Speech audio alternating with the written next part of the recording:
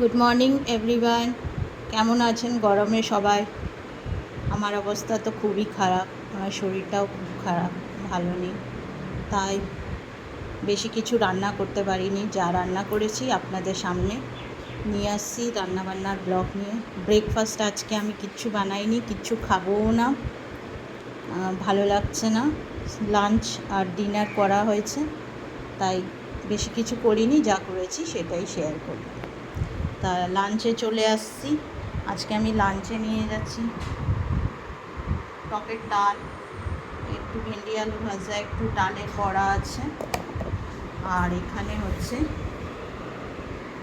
চিংড়ি মাছ আলু দিয়ে তরকারি করেছি। আর রাতের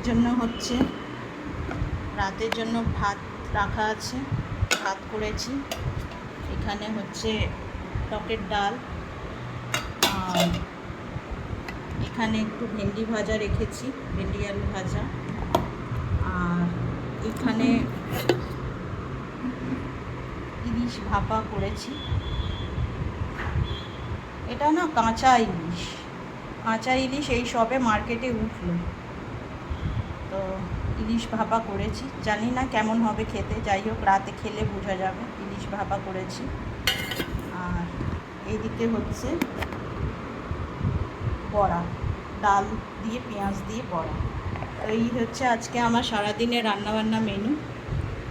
আর এইখানে আর একটা জিনিস করেছি, সেটা হচ্ছে ভেটকি মাছের কালিয়া। তো এই হচ্ছে আমার আজকে সারাদিনের রান্নাবান্না মেনু। আপনাদের কি রান্না হয়েছে কমেন্টসে বলবেন। আর গরমে সবাই কেমন আছেন বলবেন, আর আমাকে খুব খুব ভালোবাসা দেবেন। আপনাদের ভালোবাসা আমার খুব দরকার। আর যতটা পারবেন আমার ভিডিও শেয়ার করবেন, কমেন্টস করবেন, আমারও ভালো লাগবে। থ্যাংক ইউ এভরিওয়ান, ভালো থাকবেন।